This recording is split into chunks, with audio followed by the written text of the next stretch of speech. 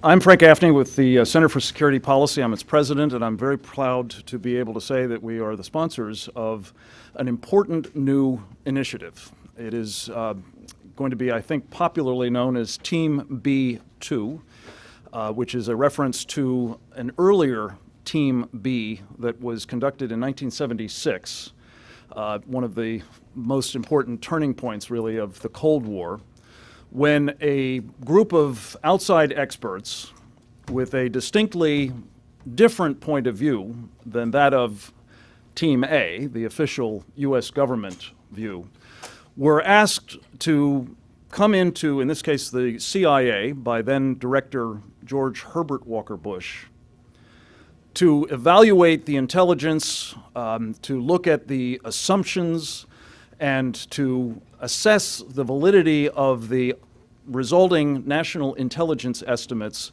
concerning what was at that time the U.S. government's official position that we should embrace Soviet communism, or at least engage in détente with it, accommodate it, and otherwise hope that by so doing they wouldn't be so beastly to us.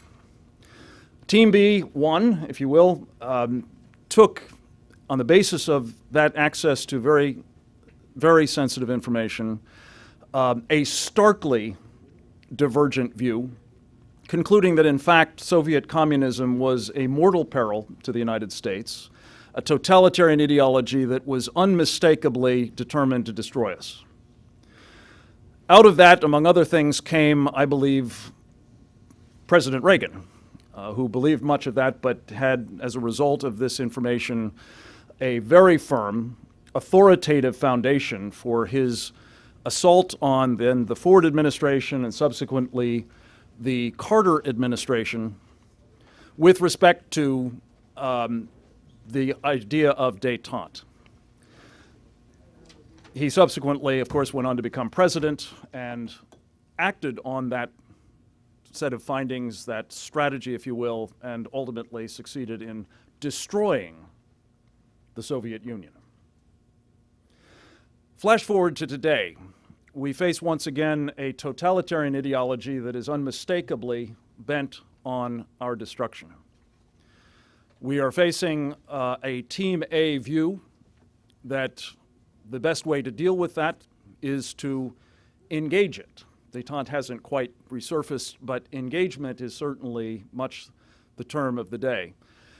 And we have pulled together, not on the invitation of the CIA in this instance, but a superb team, Team B, to provide that second opinion with respect to today's totalitarian ideology, its ambitions, its capabilities, the progress it's making towards achieving its stated goal of replacing this country, this constitution, this government with Sharia.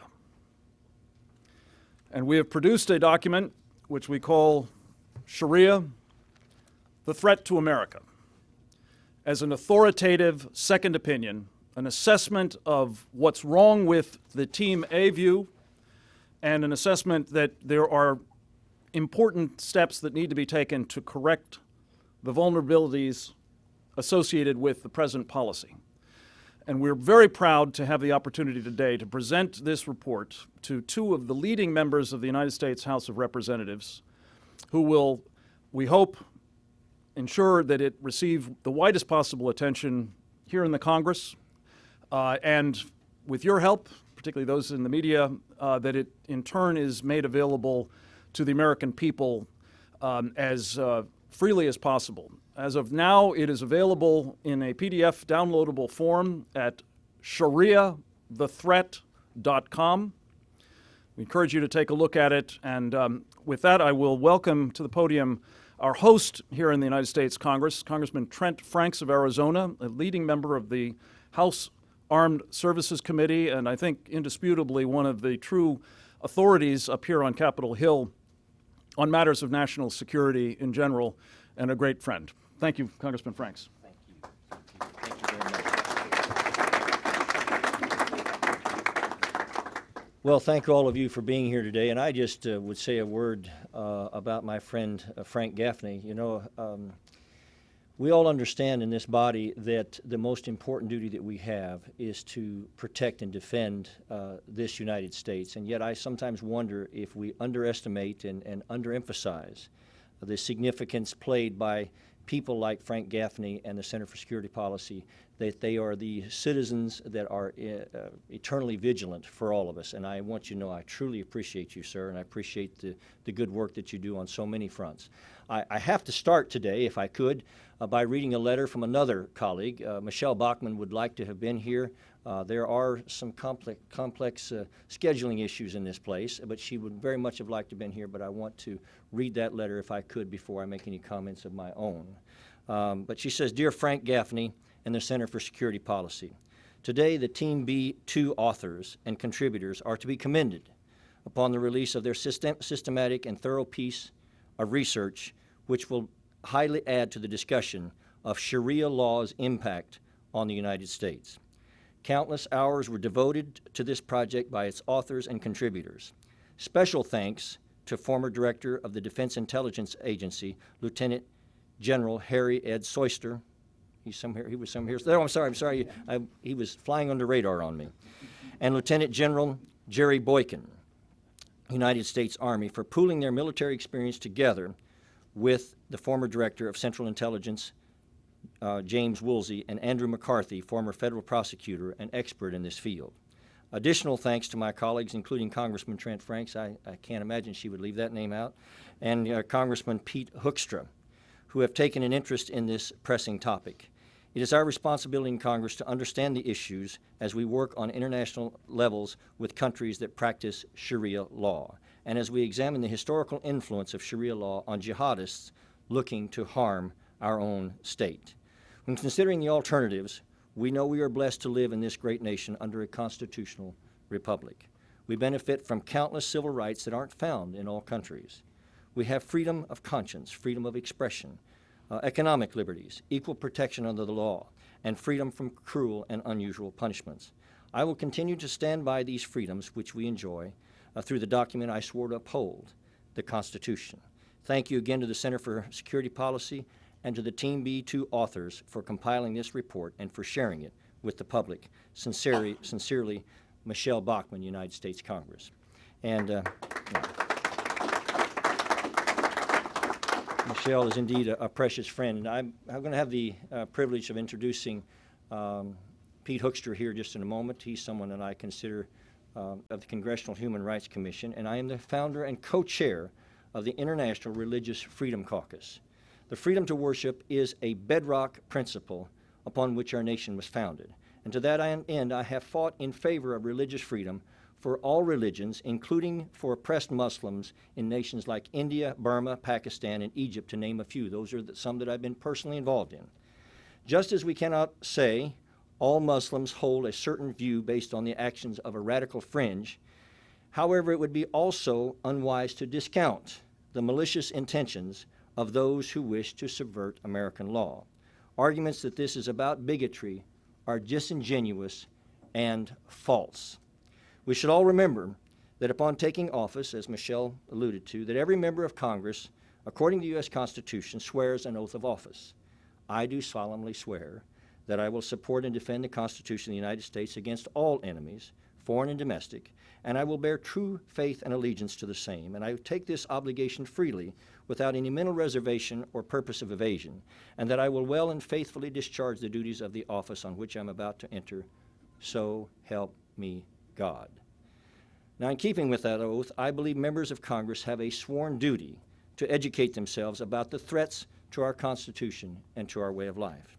And I personally believe the Team B2 report can help members of Congress do just that. Although the content, of course, of the report is obviously applicable to the public servants in the various other government offices who also have a professional and civic duty to defend and protect this country. The creeping influence of Sharia law certainly meets the criteria of a threat to the Constitution, as it overtly threatens to subvert and subordinate American law and the Constitution itself. It is essential that Congress learn of the threat posed by Sharia and familiarize itself with those who promote it within our own borders. This report, drafted and endorsed by some of the most prominent and experienced intelligence experts in the nation, raises countless areas of concern related to national security that the Congress must investigate and address sooner rather than later.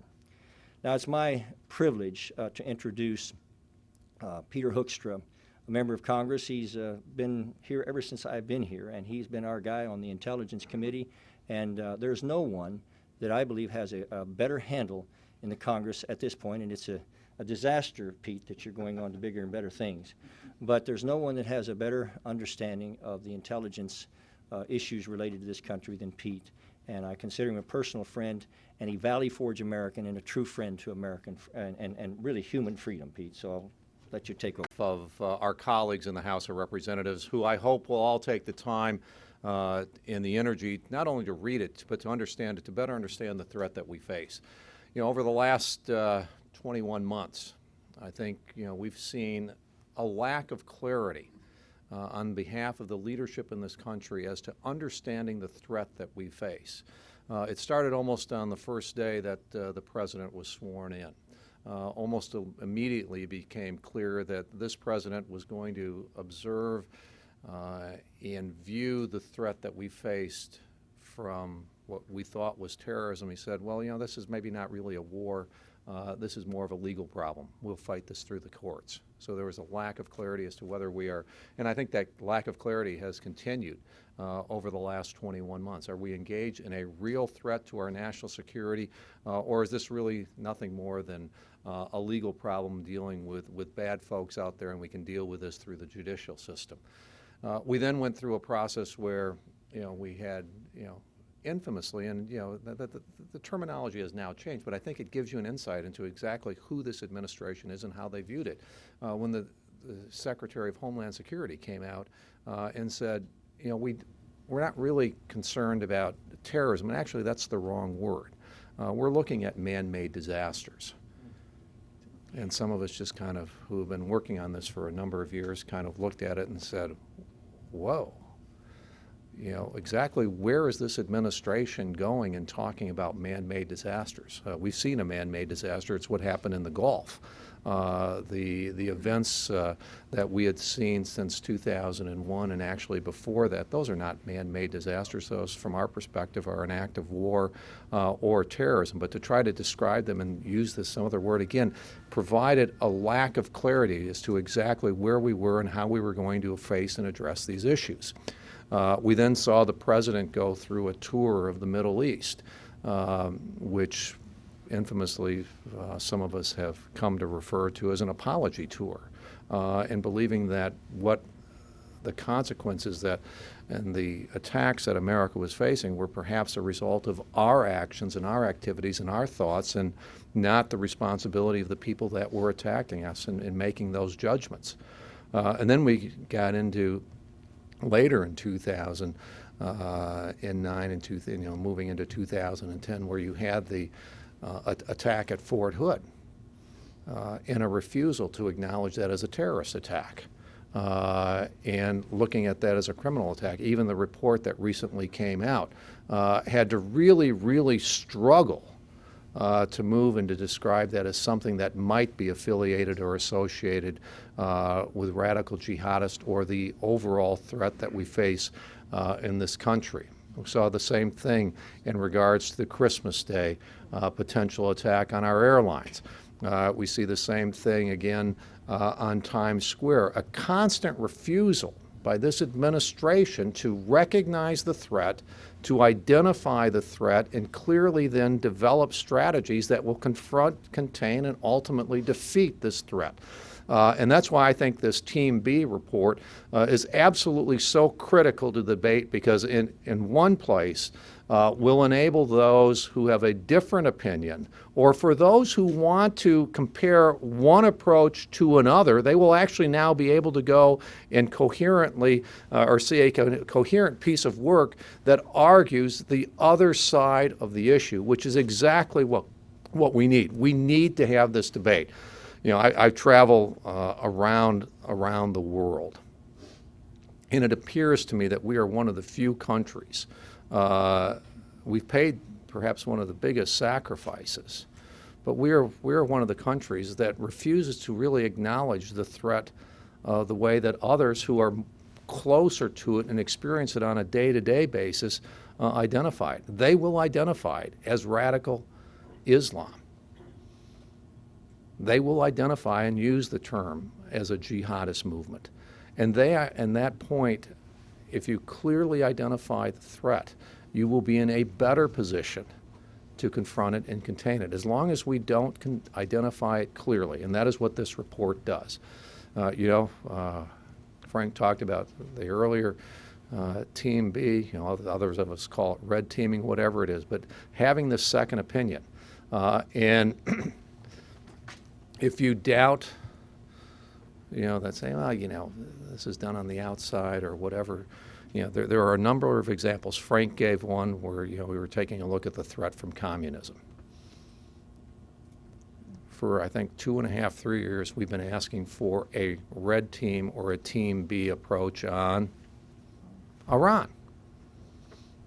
Why? Because I believe that the analysis that's been done through the intelligence community of Iran is fundamentally flawed and wrong.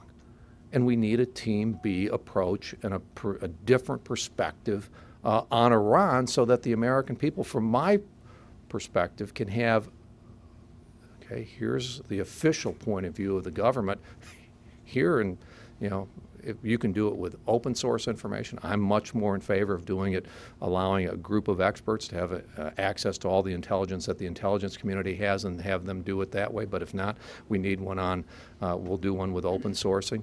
And that's why this report, because this is another area where I think it is clear that an alternative point of view is needed. The American people need an alternative point of view that they can analyze, and then they can make a decision. And that's why, Frank, I just really appreciate the work that your team has done, the work that they've done, and I hope that this document is widely distributed and widely read, and that it will cause a serious debate among policymakers about the threat that we face, that it will cause a serious discussion about within the American populace about the threat that we face, because it will clearly, that debate will enlighten the types of strategies that we can put in place to confront it, contain it, and defeat it.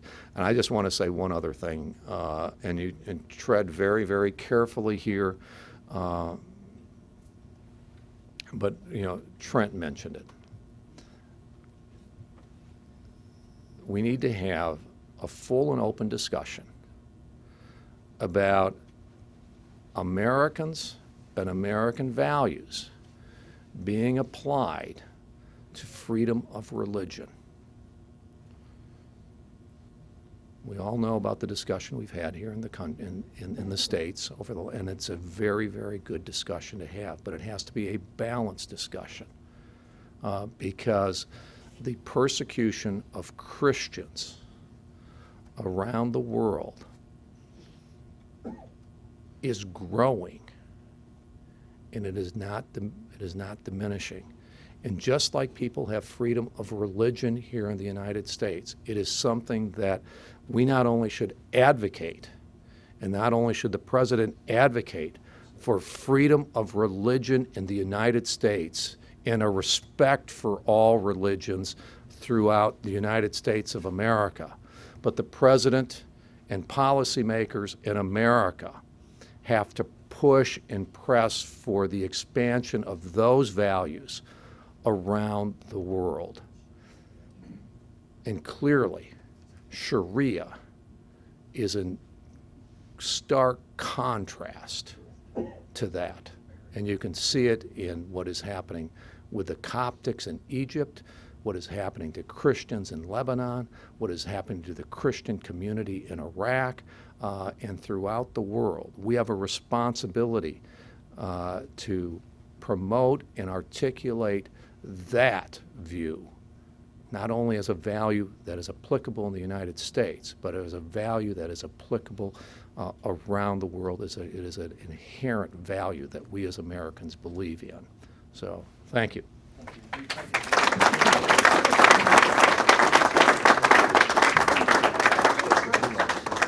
team asked me to give these to you. I'd just like, if I may, to present formally a copy of the Team B report to you, Congressman Franks. Thank you. And to you, Congressman Hoekstra. Thank you. Thank you.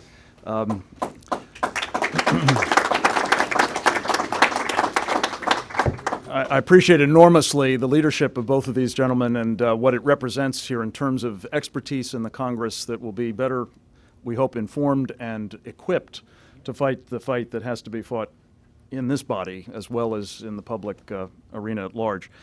I'm going to ask two members of the Team B to make brief remarks at this point to illuminate why we did this study, why it's necessary, and some of the main themes that it represents. We have, as I've mentioned, a number of them, other members present as well. I think the logistics of the room may not facilitate them participating directly, but I'm very grateful to them for being here, as well as for the expertise that they brought to the preparation of this report. It was a 6-month exercise. It entailed myriad drafts and reworkings and improvements. And I think as a result of all of that effort and the tremendous expertise they bring to the topic, from various walks of life, by the way. Some are indeed, as Congressman Hoekstra mentioned, some of the senior and most respected intelligence professionals in our country. Some have other national security credentials. People like our co-chair, General Ed Soyster, actually brings both as a distinguished military officer, a retired lieutenant general in the United States Army, and as a former director of the Defense Intelligence Agency. Some have approached this from other walks of life, as academics, as bloggers, but with deep knowledge of the national security as well as the historical problems that are an integral part of Sharia and what makes it the threat to America that it is today. With that, I'd like to welcome Lieutenant General Ed Soyster to come and make some brief remarks. This is a change in the batting order, as you may have remembered. Come on up, General. General Boykin, Lieutenant General Jerry Boykin, was supposed to be here. He was called down to Tampa, where he is doing some briefings this morning, and we're delighted that his colleague Ed Soyster could be here in his place. So thank you very much, General, for your leadership. Thanks, Frank.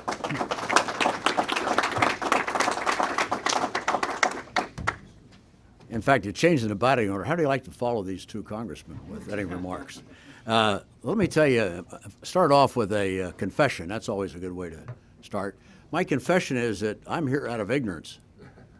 Ignorance in terms of about 3 or 4 years ago, as I'm watching events, long retired, I realized how little I knew about Islam. So, and so well expressed, Congressman, in terms of a duty to learn if you're in office. Well, I was retired, but I still wanted to learn, and so I started to read. I started to run into guys like Steve and John. I went to classes, I went to other classes, and I started to learn. And I found out the more I learned, the worse it got. And so also as a military guy, and you can't speak as a military guy without referring to Sun Tzu, but he said, know your enemy and know yourself, and you can fight 100 battles without disaster. And so I started to think about that, and that was translated then into later, in fact in my era, to intelligence preparation of the battlefield, which required that you not only know the enemy's strength, number of tanks or whatever, but you also had to know the doctrine that you were up against, because that's how he did things. And so I found as I looked at reports that I could find out who did it, when they did it, where they did it, how they did it, etc. But there was never an answer to why this event occurred. And so I began my study under some very good leadership to try to learn. And I also thought then, as Sun Tzu says, you got to know yourself. The reality is, as I looked, and part of our problem and expressed in different ways, our Western civilization sort of got started in terms of its uniqueness with the Enlightenment. And that was a struggle to deny man's metaphysical or religious orientation and rebuild society based on reason and pursuit of empiricism. And then we went back at the time, looked at the Greek philosophers. A guy named Socrates talked about open debates, etc. And I found today a hardening of anti-Socratic mentality, which is opposed to rigorous public discourse about values and matters of ultimate meaning. Academics no longer strive to expose the truth about alternative ideas. Instead, they praise the virtue of all of them. All of this boils down to the world today of our desire for political correctness and exactly how we have to word things and say things. So it's our hope now with this work that we can back up our intellectual pedigree and begin to stimulate public discussion about this threat that we face. And I would close by saying I'm really not a contributor to this work, but rather a great supporter. But in those terms, I would like to thank those who labored so long, so hard, the intellectual approach to this topic, the research that was done, the assurances of footnotes, and then we'd pass it around and get some additional guidance. Never one hesitation, back to work. So I hope that you all find, as I have found in this process of learning, that we have produced a document that will facilitate that and can be the basis for the open discussion that we need to have to determine the course of action that we can take as we better define this significant enemy. Thanks, Frank.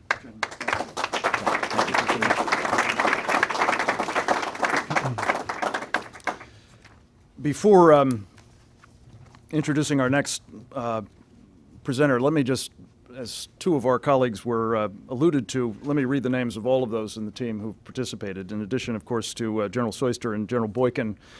Christine Brim, my colleague at the Center for Security Policy, Ambassador Henry Cooper, Stephen Coughlin, one of the mentioned folks, Michael Del Rosso, who's also here, John Guandolo, I think the General also mentioned John, former FBI agent Brian Kennedy of the Claremont Institute in California, Claire Lopez, who was an indispensable help to us in herding the cats and getting this product done, Admiral Ace Lyons, who had hoped to be here but was called to New York today, Andy McCarthy, of whom I'll speak in a moment, Patrick Poole, who's here, Joe Schmitz, former Inspector General of the Defense Department, Tom Trento, in from Florida, I saw Tom here, J. Michael Waller, colleague at the Institute of World Politics in the Center, Diana West, who is here somewhere, as I recall, I think I saw her, Jim Woolsey, who could not be here this morning, and David Yerushalmi, who is here, our General Counsel at the Center.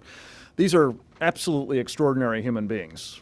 They are, to my way of thinking, truly the best in the business who aren't working for the other side, or at least enabling the other side. And Andy McCarthy is a guy who has, in a number of different capacities, gone up against the other side and done as much as anybody I know to defeat them, certainly individually and in his previous incarnation as a federal prosecutor, assistant U.S. attorney, including putting some of them away for life for having tried to blow up the World Trade Center the first time around. He's gone on to great things. He is now with the National Review Online. He is the author of 2 must-read books on this subject, Willful Blindness and The Grand Jihad. It is a privilege to have him be a critical part of the team. He is the co-author with General Soyster and Jim Woolsey of a very, very useful short course in the Team B exercise that appeared in the commentary pages of the Washington Times today. You might also have seen the front page story in the Washington Times by Bill Gertz about this report. We appreciate both of those important contributions, and Andy, yours. Thank you. Thanks so much. Thank you. Let me just emphatically agree with something the General said. I came at this from complete ignorance as well. It was ignorance in 1993 when I think all of us were clueless, frankly, about what it is that we were up against. But I'd suggest that there's a silver lining, at least in the initial stages of ignorance, and that is that back in those days, 1993 and forward, we weren't dealing with 17 years of built-up political correctness that sort of put everybody off from dealing with the reality that was in front of us. And as a result, when we proved the cases in the 1990s and convicted terrorists in civilian court in the 1990s, nobody tried to stop us or suggest in any way that we shouldn't follow the evidence and the facts wherever they led. And as a result, whatever politically correct thing the government may have been saying outside the courtroom, inside the courtroom where it was important, where we were speaking to the jury, we were able to establish for them that the people who were committing terrorist acts and committed to destroying the United States were acting specifically and directly on the basis of an ideology. Since that time, in the 17 years since then, we've built up a narrative that I would suggest to you is a fictional narrative, and that's the whole point of this exercise. And that is that what we are confronted by is a handful, relatively speaking, of aberrational, marginal, fringe characters, and they are the extremists. And everybody else, as long as they're not planning to blow up a bridge this second, is a moderate. And what our argument is here is that that's no way to protect a country. The exercise that we're trying to push forward here, the central thrust of it is that we need to move the dividing line or the focal point of where we understand the threat to the United States, which is about a lot more than terrorism. There are terrorists, but there are also radicals who, though they don't use terrorist methods, want to take the United States exactly to the place where the terrorists want to take the United States. So what we're suggesting is that the dividing line here is not terrorism. The dividing line here is Sharia. Sharia is the Islamic legal and political framework. There are some in the Islamic world who want to take it the way that we take religion in the West. That is, that it's a private matter that isn't imposed as an institutional, legal, political matter on the rest of society. There is a vast swath of the Islamic world that rejects that and takes it as a divine mission to impose Sharia, whether that's done by terrorism or done by more sophisticated means. Sharia is the focal point that we need to look at. And Sharia is extremely important because it is completely antithetical in very core ways to American values, starting with the fundamental premise of the United States, which is that the governed have a right to make law for themselves, to make choices for themselves, irrespective of any religious code. So that's the dividing line. That's where we're trying to push the focal point. And I'm very proud to have been associated with this project and the people who've contributed to it. Thanks very much.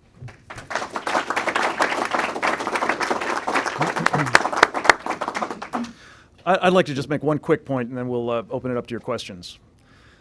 This study, as Andy said, basically takes as its central proposition that there is a knowable ideological, doctrinal program that has as its objective the supremacy of that program worldwide, and that directs, mandates, obligates its adherents to strive to that end through two means. Where possible, through violence, because it's the most efficient way, and Muhammad's example encourages it, but where that's impracticable, through a more stealthy technique, at least until it's no longer impractical.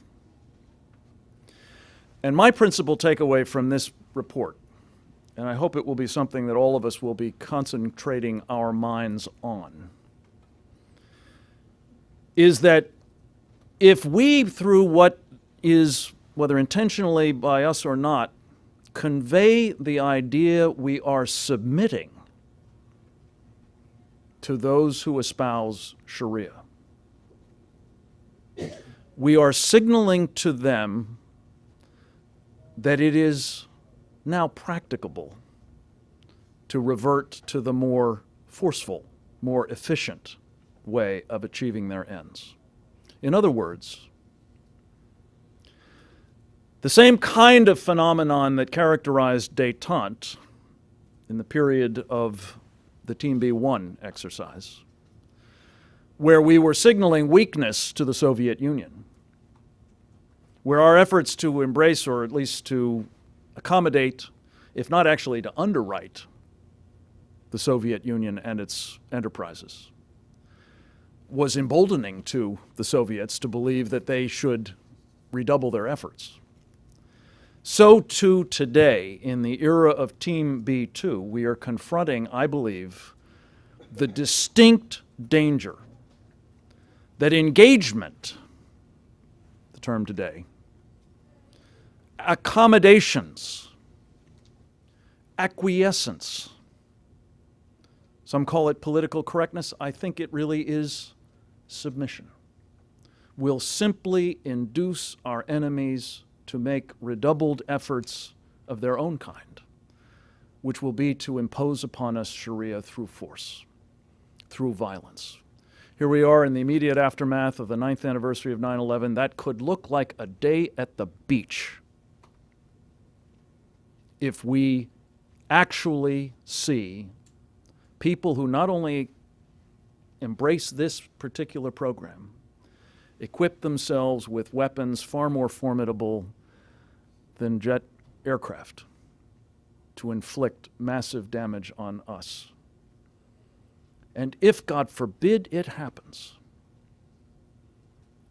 as the President likes to say, whether we like it or not, people who have not connected the dots, people who have communicated submission to our enemies, will be held accountable, I believe, by the American people for having brought on our heads that new, much more dangerous, much more devastating terror. We hope with this product to help prevent that from happening. But the time is short for corrective action. We very much appreciate your attention to these findings, which are broken down in, I think, a page and a half or so. So if you can't bring yourself to read the 170 pages, cut to the chase. The key findings are very easily taken aboard, and we are prayerful that they will inform the debate we must have, starting here, starting now.